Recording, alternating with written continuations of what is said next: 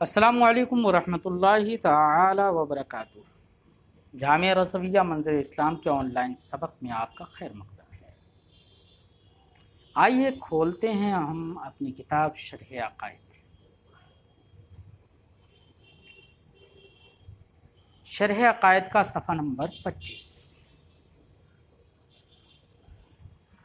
اس سے پہلے ہم علم کلام کی وجہ تسمیہ بیان کر چکے تھے۔ کئی وجوہ تسمیہ صاحب کتاب نے بیان کی۔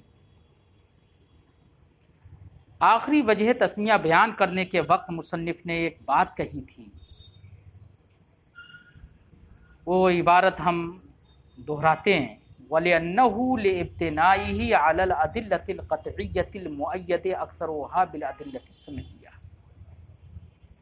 کہ علم کلام ایسے ادلہ قطعیہ پر مبنی تھا جن ادلہ قطعیہ کی تائید اکثر ادلہ سمعیہ سے ہوتی تھی، یعنی ادلہ قطعیہ شرعیہ سمعیہ پر یہ مشتمل تھا۔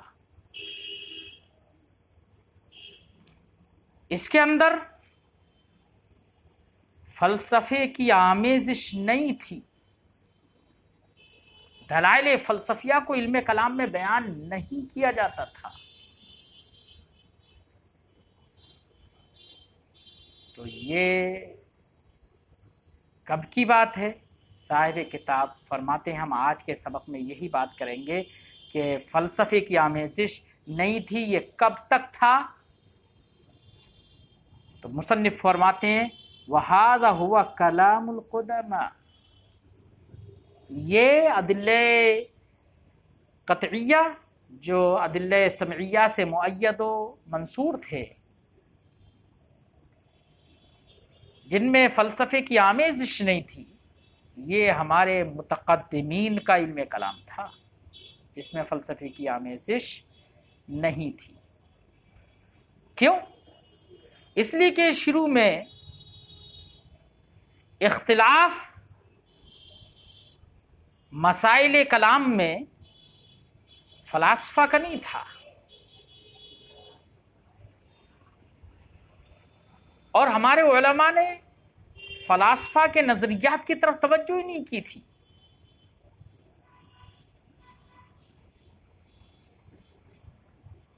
اس وقت اختلاف کرنے والے جو اکثر لوگ ہوتے تھے وہ ہوتے تھے جو اپنے آپ کو اسلام کی جانب منسوب کرتے تھے، جو خود کتاب اور سنت سے استدلال کرتے تھے، جیسے کہ روافض، خوارج، معتزلہ، یہ 72 فرقے اس طرح سے ہیں جن کے بارے میں نبی کریم صلی اللہ علیہ وسلم نے فرمایا سَتَفْتَرِقُ أُمَّتِي عَلَى 73 فرقہ كلهم في النار إلا ملة واحدة فقيل له ما الواحدة قال ما أنا عليه وأصحابي۔ نبی کریم صلی اللہ علیہ وسلم نے فرمایا میری امت 73 فرقوں میں بٹ جائے گی، سب جہنمی ہوں گے سوائے ایک کے۔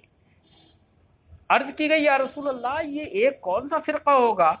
قال ما انا علیہ واصحابی، یہ وہ فرقہ ہوگا، یہ وہ گروہ ہوگا جو ان عقائد اور نظریات پر ہوگا، اس مسلک پر ہوگا جس پر میں اور میرے صحابہ ہیں۔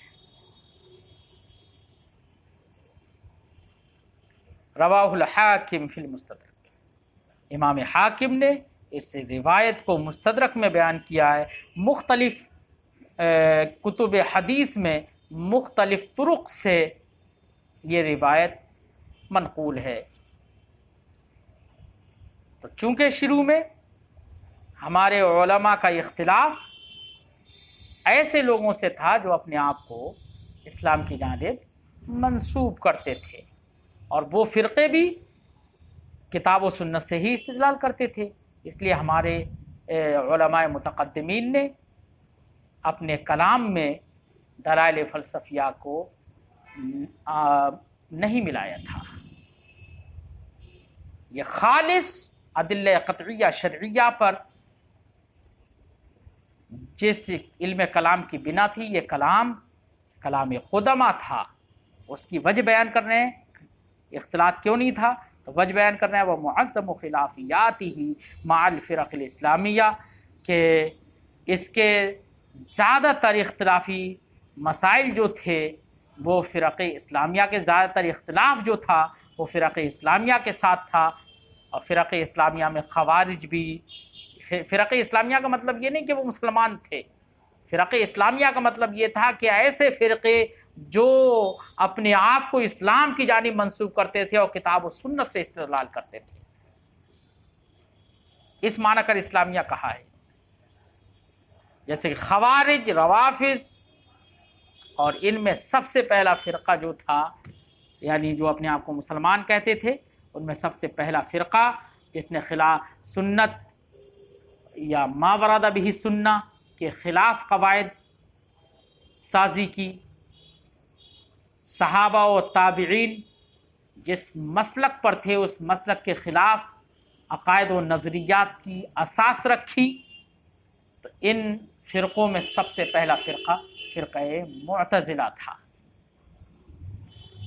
صاحب کتاب آنے والی عبارت میں فرقہ معتزلہ کی وجہ تسمیہ بیان کریں گے کہ ہم لوگ ان کو معتزلہ کہتے ہیں، اگرچہ وہ لوگ اپنے آپ کو اصحاب العدل و توحید کہتے ہیں۔ معتزلہ کیوں کہتے ہیں ہم انہیں؟ ان کے اعتزال کی وجہ کیا ہے؟ تو وجہ تسمیہ صاحب کتاب بیان کریں گے۔ فرماتے ہیں خصوصاً المعتزلہ، بالخصوص معتزلہ، لأنہم اول فرقہ، کیونکہ یہ سب سے پہلا فرقہ ہے، اسسوا قواعد الخلاف، جنہوں نے ما ورد بہ ظاہر السنہ کے خلاف اصول سازی کی، اور وَأَسَّسُوا، اسی پر قواعد الخلاف پر ہی، قواعد الخلاف لما ورد بہ ظاہر السنہ پر ہی عطف ہے، وَجَرَى عَلَيْهِ جماعت الصحابتی رضوان اللہ تعالی علیہم اجمعین فی باب العقائد، اور باب عقائد میں صحابہ رضوان اللہ علیہم اجمعین کی جماعت جس پر جاری تھی، یعنی مسلک صحابہ کے خلاف انہوں نے اصول سازی کی، سب سے پہلا فرقہ یہ معتزلہ ہے۔ وذالک، معتزلہ ان کا نام کیوں پڑا تو اس کی وجہ تسمیہ بیان کرنا ہے۔ وذالک لأن رئیسہم واصل ابن عطا اعتزل عن مجلس الحسن البصری رحمہ اللہ، اس کی وجہ یہ ہے کہ معتزلیوں کا بانی اور ان کا سربراہ واصل ابن عطا جو تھا وہ حسن بصری رحمۃ اللہ تعالی علیہ کی مجلس سے الگ ہو گیا۔ الگ ہو کیسے گیا؟ ایک مسئلے کی بنا پر۔ یہ شخص واصل ابن عطا کہتا تھا کہ اگر کسی شخص نے گناہ کبیرہ کا ارتکاب کیا تو گناہ کبیرہ کا ارتکاب کرنے والا یہ شخص نہ مومن ہوگا نہ کافر ہوگا، یعنی کفر و ایمان کے بیچ میں ایک درجہ بیان کر دیتا تھا، منزلہ بین المنزلتین کا قائل تھا، نہ مومن کہتا تھا نہ کافر۔ مومن کیوں نہیں کہتا تھا؟ اس لیے کہ ان کے نزدیک اعمال ایمان کا جز ہیں، اور اعمال صحیحہ سے وہ خروج ہو گیا، وہ باہر نکل گیا، اس لیے ایمان باقی نہیں رہا۔ اور کافر اس لیے نہیں کہتا تھا کیونکہ کفر کے لیے ضروری ہے کہ تصدیق باقی نہ رہے، اور تصدیق ابھی بھی اگر باقی ہے تو یہ ان کو کافر بھی نہیں کہتا تھا۔ اس لیے کہتا تھا کہ گناہ کبیرہ کرنے والا مسلمان شخص نہ مومن ہے نہ کافر ہے، بلکہ دونوں کے بیچ ایک درجہ بیان کرتا تھا۔ یہ مسئلہ تھا، جبکہ اہل سنت و جماعت کا، امام حسن بصری کا، ان تمام کا یہ مذہب تھا کہ گناہ کبیرہ کرنے سے کوئی شخص ایمان کے دائرے سے خارج نہیں ہوتا ہے، وہ مومن ہے۔ یہ اختلاف تھا، تو اسی کو صاحب اس اختلاف کی بنا پر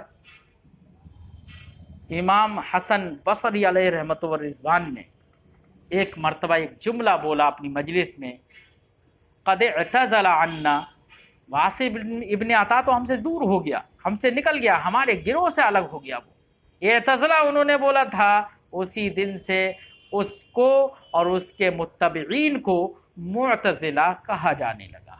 ہمارے اہل سنت و جماعت اس کو معتزلہ کہتے تھے۔ آئیے عبارت کا ملان کرتے ہیں۔ فرماتے ہیں مصنف وذالک لأن رئیسہم، ان کا نام معتزلہ اس لیے پڑا کیونکہ ان کا رئیس، ان کا سربراہ واصل ابن عطا حسن بصری رحمہ اللہ کی مجلس سے الگ ہو گیا۔ اعتزلہ الگ ہو گیا۔ الگ ہونے کی وجہ یقرر، یہ بتاتا تھا ان من ارتکب الکبیرہ، کہ جس شخص نے گناہ کبیرہ کا ارتکاب کر لیا، لیس بمومن ولا کافر، تو یہ شخص نہ مومن رہے گا نہ کافر رہے گا۔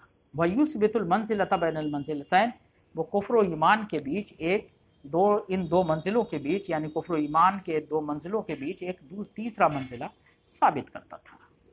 فقال الحسن، تو امام حسن بصری رحمہ اللہ نے فرمایا قد اعتزل عنا، وہ تو ہم سے الگ ہو گیا۔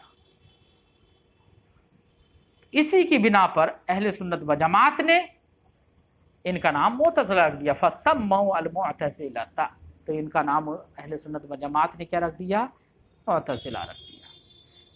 یہ تو ہم ان کو معتزلہ کہتے ہیں، وہم سموا انفسہم، اور ان لوگوں نے اپنے آپ کو خود جو نام رکھا معتزلہ نہیں، جیسے ہم لوگ تو وہابی کہتے ہیں، غیر مقلد کہتے ہیں، وہابی کہتے ہیں، تو ہم وہابی کہتے ہیں، جبکہ وہ اپنے آپ کا نام کیا رکھتے ہیں؟ اہل حدیث۔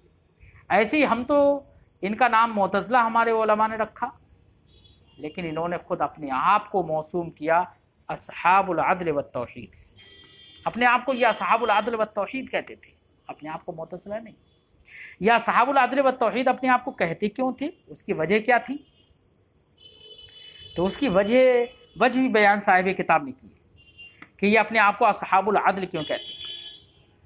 کہتے تھے کہ ہم عدل کے قائل ہیں، اس لیے ہم اصحاب العدل ہیں۔ عدل کے قائل کیسے ہیں؟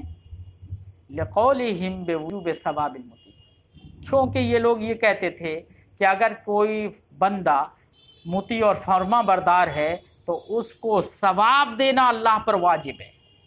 تو وجوب ثواب علی اللہ کے قائل تھے، کہتے تھے کہ جب اس نے اطاعت کی ہے تو عدل تو یہی ہے کہ اللہ پر اس کا ثواب دینا واجب ہو، اس لیے اپنے آپ کو کیا کہتے تھے؟ اصحاب العدل۔ ایسے کہتے تھے کہ کوئی شخص گنہگار اگر ہے تو اللہ پر اس کو سزا دینا واجب ہے، یہی اس کا نام یہ عدل رکھتے تھے۔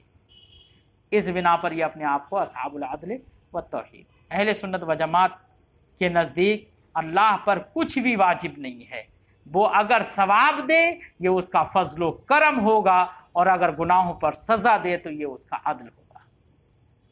اللہ پر واجب کچھ نہیں ہے، وہ چاہے تو گنہگار کو بخش دے، اس پر سزا دینا بھی واجب نہیں، اور چاہے تو مطیع و فرما بردار ہے اس کو ثواب نہ دے، اس پر کچھ واجب نہیں ہے اہل سنت کے نزدیک۔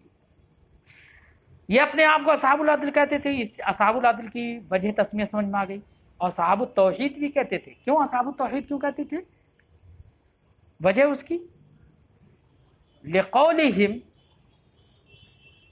وہی وجوب ثواب پر ہی عطف ہے نفی صفات کا، لقولہم بوجوب ثواب المطیع، اسی پر عطف کر کے ہم پڑھیں گے ونفی صفات القدیمۃ عنہ، کیونکہ یہ لوگ اللہ رب العزت سے صفات قدیمہ کی نفی کا قول کرتے تھے۔ نفی کا قول کیوں کرتے تھے؟ یہ لوگ کہتے تھے کہ اللہ رب العزت کے لیے جو صفات ہم مانتے ہیں نا، علم، قدرت، حیات وغیرہ وغیرہ، 7 صفات حقیقیہ اور ایک قول کے مطابق 8، جو ہم یہ 8 صفات کا ثبوت مانتے ہیں اللہ کے لیے، ان میں قدم بھی ہے، ان میں حیات بھی ہے، قدرت بھی ہے، علم بھی ہے، کلام بھی ہے، یہ ساری صفات ہم مانتے ہیں اہل سنت و جماعت۔ معتزلہ اس کی نفی کرتے ہیں۔ نفی کرنے کی وجہ کیا ہے؟ وہ کہتے ہیں کہ اگر اتنی صفات مانی جائیں گی تو ظاہر بات ہے کہ وہ ساری صفات بھی قدیم ہوں گی، تو اللہ رب العزت قدیم، پھر یہ ساری صفات اگر مانی جائیں تو یہ ساری صفات قدیم، کیونکہ اس کی ہر صفت قدیمی ہوگی، تو اتنی صفات مانی جائیں تو قدیم، صفات بھی قدیم، وہ بھی قدیم، تو یہاں پر تعدد قدمہ ہو جائے گا، بہت سارے قدیم ہو جائیں گے۔ اس لیے تعدد ہونے کی صورت میں توحید باقی نہیں رہے گی۔ توحید کا حق یہی ہے کہ ان تمام صفات کی نفی کر کے صرف اور صرف اللہ رب العزت کی ذات ہی کو صرف قدیم مانا جائے۔ تو صرف اور صرف ایک ہی کو قدیم مانا، اس لیے اپنے آپ کو اصحاب التوحید کہتے تھے۔ لیکن ایک طرف اصحاب التوحید اپنے آپ کو کہتے ہیں، دوسری طرف اتنا بڑا فالٹ کر دیا انہوں نے کہ کہہ دیا کہ بندے خود اپنے افعال کے خالق ہیں، افعال اختیاریہ کے۔ اب بھیا زید بھی اپنا فعل اختیاری کا خالق ہو گیا، عمرو بھی اپنے فعل اختیاری کا خالق ہو گیا، سب اپنے اپنے فعل اختیاری کا خالق ہیں ان کے نزدیک۔ تو جب سب خالق ہیں تو کتنے خالق مان لیے انہوں نے دنیا میں؟ ایک تو اللہ خالق، اور بے شمار مخلوق ہے، ہر ایک اپنے فعل کی خالق ہے، فعل اختیاری کی، تو اتنے خالق مان لیے جناب، تو اب تعدد نہیں ہو رہا ہے۔ تو یہاں تو توحید بالکل سرے سے ہی ختم ہو گئی۔ ایک طرف توحید کے خاطر صفات کی نفی کر دی، دوسری طرف اتنے قدمہ ثابت کر دیے، اتنے خالق مان لیے کہ وہاں پر یکسر توحید ختم ہو جائے۔ یہ ہے افراط اور تفرید، کہیں افراط کہیں تفرید۔ آج ہم اپنی گفتگو یہیں پر ختم کرتے ہیں۔ بات کو دھیان سے سمجھیں، غور سے سنیں اور کتاب کو یاد کریں۔ السلام علیکم ورحمۃ اللہ تعالی وبرکاتہ، وإلی اللقاء انشاءاللہ۔